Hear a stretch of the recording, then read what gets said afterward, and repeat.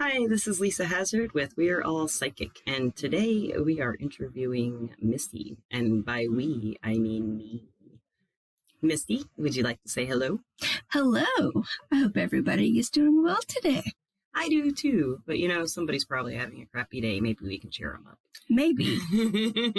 Let's try. So, Misty, do you think we're all psychic? I do. I think we all have psychic abilities. I think that some of us kind of bury it, and some of us are actually born with the ability that's, it's enlightened in them already. I believe people have different psychic abilities, and sometimes I don't even know that's a psychic ability. It could be something like a voice popping in your head saying, this person's fixing to call you, and they call you, and you're like, hey, that was weird. Well, guess what? I think that has to do with some psychic abilities, don't you, Lisa? Yes, I do, and that is a great example. That happens to everybody. It does. It does. That hasn't happened to, and they don't question it too much. At the time, they're freaking out. I know. I know. And even I think the perfect example too is I know you've heard of all the stories about something bad's fixing to happen, and then there's that voice in your head that says, "Don't do it. You shouldn't do it." And they stop and they listen to that voice, and whether they do it or not do it, usually, if they ended up ignoring that voice, they get into a lot of trouble. And I think that is a big part of everybody, having that psychic ability, is because, that thought, that comes upon you and things like that happen. And that is definitely, your spirit guides or, whoever telling you, hey, don't do that. You're going to get in trouble. So you said spirit guides. We haven't talked about spirit guides yet on the show. Okay. So what do you think of when you say spirit guides? Well, spirit guides, at first when I was younger, I used to think of them as angels. That was the picture in my head. And I guess that's how I was raised, in a Lutheran church. But as I get older and a little bit wiser and study a little bit more, I really think that spirit guides are still kind of like angels, but they're around us, to help us on our journey and help us, get to where we need to be, and also, just kind of guide us, where we need to be. And the spirit guides, I think they could be, somebody that passed on, a loved one, could be somebody that we have no idea who they are, in this lifetime at least. It could be anybody. Have you ever had any kind of interaction with a spirit guide of your own? No. I'm working on that though. Okay. Actually, I'll take that back. I have never seen my spirit guides, but I have talked to them before, and they have guided me through dreams. So yeah, that would be an interaction with my spirit guide.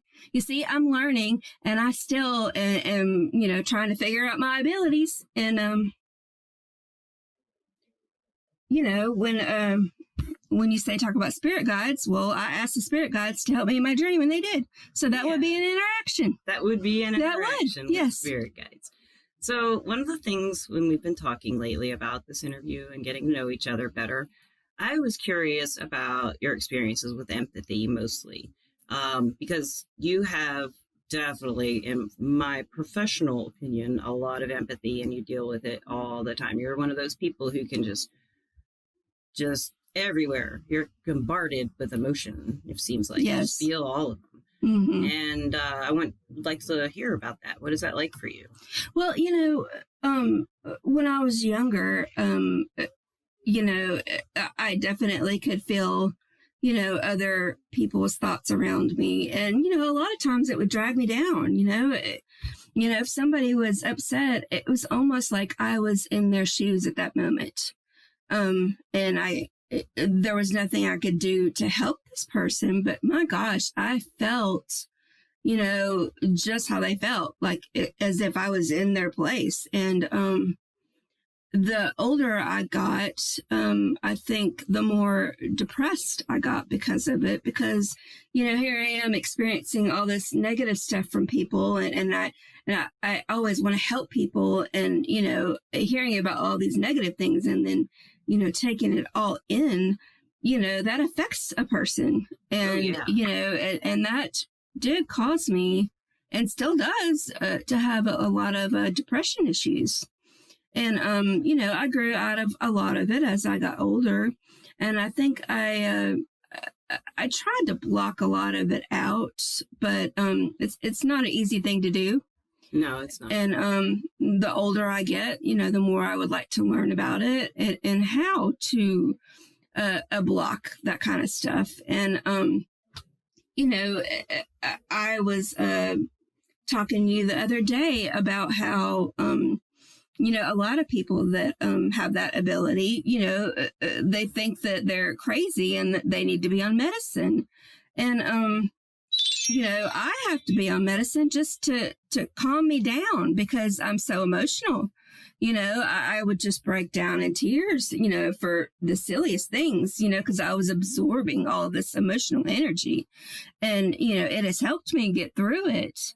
But, it's one of those things where I think a lot of people, have to be on medicine to deal with these kind of things too. And they don't even understand what's going on. They just think, oh, I'm weird. I'm strange. I need help, Distress. It's not just yes. weird and strange. I mean, it's a horrible feeling to be depressed and be taking so much negative just from all around. And what was the first thing that came to you that make you think that this was an empathy kind of thing, an empath situation? How old were you? Was there a moment when you read about it or heard about it and you're like, wait a second? Well, it was definitely later on in life. I was probably in my late 20s, maybe even early 30s, because a lot of the things that have happened to me, especially when I was younger, I blocked. And once you block something, it's kind of hard to unblock it. Yeah. And so now I'm at the point where I would love to unblock it safely without the negative parts of it, and do it in a positive way. There are all kinds of ways you can do that, and maybe in future episodes we'll explore those. Yes. But one way, just for you for now and for the listeners, is to imagine that well, there's a few steps to this, but the first thing you want to be able to do is to generate inside yourself. There's a way to keep it going, but we'll get into that. Generate inside yourself a feeling without other people's feelings. A lot of empaths may be like this. I was like this. When I realized something like that was going on, and yes, I did the medicine and I still do, but... Me too, yeah. Yeah, but when I realized something more than just psychological issues or psychiatric issues was going on, I started techniques like that I read about or just tried. And the one that really worked was to generate inside myself and like a feeling of me, who I am, like an essence of who I am, and not listen to the negative things I hear about myself that I told myself or anything like that. And just try to project that out.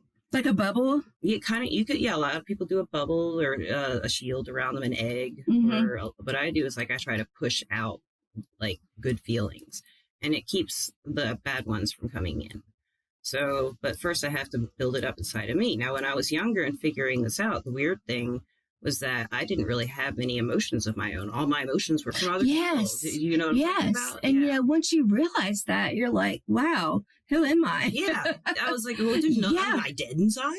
Yes, exactly. You said it perfect. I couldn't have said it any other way. I didn't understand. I'd just been swallowed up by everybody else's. Yes. And I do believe some people, maybe, I think everybody's an empath. Yeah. And of course, that's why I'm doing this podcast. But I do believe that some people, when they're younger, either they do block it out or they are told to. Yes, you know, yes, that's definitely true. Now you're too old for imaginary friends, stuff like that, you know. Oh, isn't that the truth? Yeah, and that's when it starts, when you're young. Yeah, and you're kind of like, as you start talking, you're talking about, you have heard the stories about the babies talking about their past lives. Yes. Yeah. I've seen it. Yeah, a friend of mine went through it. Oh, wow. It was crazy. That must have been nuts. I mean, this girl, she could tell you, I think she was maybe she was probably 3. She was able to say complete sentences and make sense of things, but she would tell you about drowning in water over a bridge. Wow. And she gave the exact name of the bridge. Wow. And we looked it up, and it was an actual bridge in another country somewhere. And I mean, it's crazy. But the funny thing about it is she would tell us all kind of things. And I remember her saying, you know, her grandmother was my best friend, and she would always say, Nana, you know, I don't want anything to ever happen to you. I don't want you to leave me. She would always say that. And I thought that was kind of strange, you know, and I didn't know if that was from past life. But the older she got, the more she just quit talking about it, you know. Yeah. And the strange thing is, I look back now, and probably about the child is probably about 5 now, but her grandmother passed away like 2 years ago. Oh. So that makes me think, you know, that she knew that she wasn't going to have that much time with her grandmother. And then she was, you know, reaching out, you know, expressing that, you know, maybe she knew it was going to happen, and we didn't obviously know what it meant. Right. You know, so I have seen cases of it. And I bet you had an idea, didn't you? The child. It scared me. Scared you? I mean, when she said that, it scared me, and obviously it stuck with me because you know, these years later, I look back and I think I remember her saying that. Like I just remember her saying those words, and I remember, you know, the grandmother would just look at her and laugh and tell her, "I'm not going anywhere, honey. It's okay." You know, that's what we all do, you know. But, yeah, I believe that, you know, kids like that, they can definitely, you know, remember past lives. So, you know, something you said stood out to me. Afraid. That's come up a few times. Oh, yeah. Very afraid. Yeah. Why do we, I was very afraid when I started finding out about what all this stuff is, the psychic stuff. Of course, energy, yeah. Whatever, you know, whatever you want to call it. Yeah. So, it did scare me. So, but I couldn't put my finger on why. It was more because I didn't understand it, I think. How about you? Oh, yeah. I didn't understand it, or I thought that maybe I was going crazy, or, you know, we're all, or not all of us, but most of us, you know, are raised in some kind of religion, you know, that tells us that that's not, you know, that's witchcraft, or, you know, that's not normal. You don't do those kind of things. And so you begin to think, well, you know, that must be evil and I must be afraid of it. Yeah. You know? Do you think it's possible that these kinds of abilities, techniques, all the kinds of psychic stuff, do you think maybe maybe we've talked about this, but maybe there was a time in ancient civilizations where this was just part of the experience, of these senses like smell and empathy were one, and, you know, just all regular senses that people have, and they had words for them. Like you know, we have empath. That's like one word we have. Yes. One big word. It's in the dictionary. There's so many meanings to it. Though. Yeah. And it seems like, you know, somewhere back in man's time, these things had to have been addressed as regular senses to me.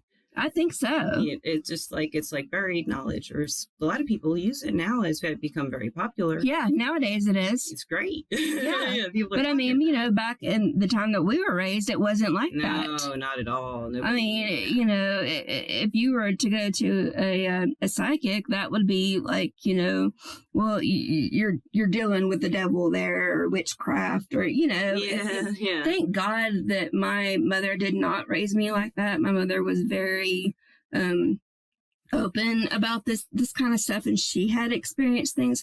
And also, I've also wondered if, like, a lot of these stronger psychic abilities run in families. Yeah, but they like, do you have anybody in your family that has any abilities, strong abilities? All do, but I know they all do, but I'm talking about like strong. I can always tell when I'm lying. Yeah, yeah. But my aunt's Lillian had what she called a witch sense. Yeah, and she could tell like things. At one time, she woke up in the middle of the night and she just knew where my cousin Jane was. She's about 17. She woke up and knew my cousin was somewhere by these railroad tracks, and she right where they were, and she was very upset. I think something had happened where she'd gotten a fight with her boyfriend and he just dropped her there or something like that. My Aunt Lil woke up, knew where she was, got in the car, went and got her. Wow. Never been to that railroad track. Wow. Yeah. That is so awesome. Yeah. Yeah. And she has that, she had that all her life, and she probably still does. I'm sure she still does. Yeah. I remember there was somebody, I think it was my, it must have been my grandmother's, one of my grandmother's brother. He was a really, really big into, energies, and he was psychic, and he was really good. Yeah. Like my whole family would talk about how good he was. Was he a professional, or would he just? Well, no, he would just, tell us things that were going to happen, just in the family, and how did he handle it? I mean, how would he ever talk about it, and how it was for him? And was he confident? How do you think he got that way? I think that everybody in my family is so open to it that it was just natural. So it's kind of a cultural almost. Kind of. Like we're all a cult. Yeah, yeah. We're a family cult. Yes. I guess every family is a cult of personality. But, you know what I'm trying to say. Yes. I think... Yeah, you're raised... So if we are all raised to think that these experiences aren't weird or scary or strange, maybe things would be different for a lot of people. I know. Yeah, like that child growing up, maybe if they would have remembered everything. Because I think that, like, when we're born, we remember... a lot in our little bitty brains, I think so too. And that I think that they still see spirits. I think so too. Their spirit guides are right there. You can watch them. Yes. They go off into another little world, And as they even start talking, like we said earlier, they'll say, oh, well, there's, there's grandpa over there. And, it happened to my kids a couple times. My oldest one would talk about a man in my grandmother's house. She would go outside and play. My grandfather had passed, and she must have been maybe 5 or 6, and she had never met my grandfather. And she said, Mom, there's a man in the swing, swinging over there. And we're looking over there like, no, there's not. And we're all curious because it's my family. And we were like, well, what does he look like? And she said, well, he's got this distinctive hat on, and he looks like this and this. She was describing my grandfather. Oh. So she was seeing him, at that age. Yeah. When, most parents would be like, oh, yeah, right. Okay. You see somebody. Okay. Well, there's nobody there. But if you actually stop and ask the child, they might actually surprise you of what they know. Would, yes. And that's when I think that you say that we're all psychic. Well, I think we all start out that way. Yeah, and I think so that we, either we block it or we just don't understand it, or, there's many things that can get in the way of it, It's also very cultural, speaking of culturals again. Yeah. Our global culture. I mean, there's places that it's very much accepted that, we've talked about this, like schizophrenia is in some cultures, schizophrenics become shaman. They're not considered damage. They're considered. I agree. The older shaman in the tribe will find that shaman when they're starting to go through a sickness or something, and teach them after they make it through whatever sickness. Gosh, yes. And wouldn't that be cool to do that here? For some cultures, but there's small places, like probably don't have internet to tell us about it. Well, it's like here, if you've got a problem, here's a medication for it. Yeah. Exactly. Here in the United States, that's just how it is. But in other cultures, they don't have access to that, and they have different beliefs. Right. And, a medicine man or woman would, in some cases, they would go into a trance and they go heal in a spiritual way, some kind of ailment. that's on the physical plane. Yes. And I've read about that. Yes. And I think that's just fascinating. And apparently it's worked for as long as people have been around. It was just shaman was the first, as far as we know, to be a spiritual leader in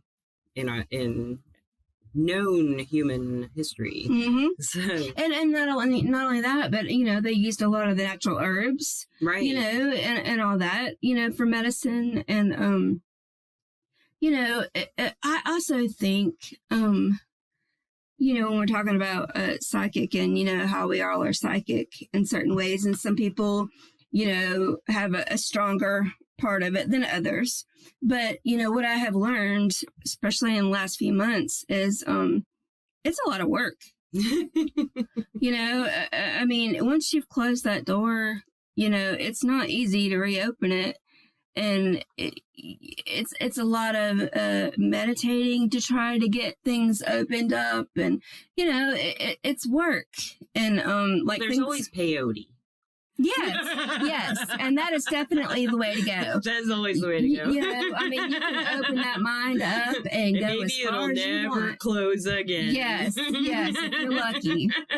I wonder how many dimensions you would have to go through. Oh, you're cracking me up so much.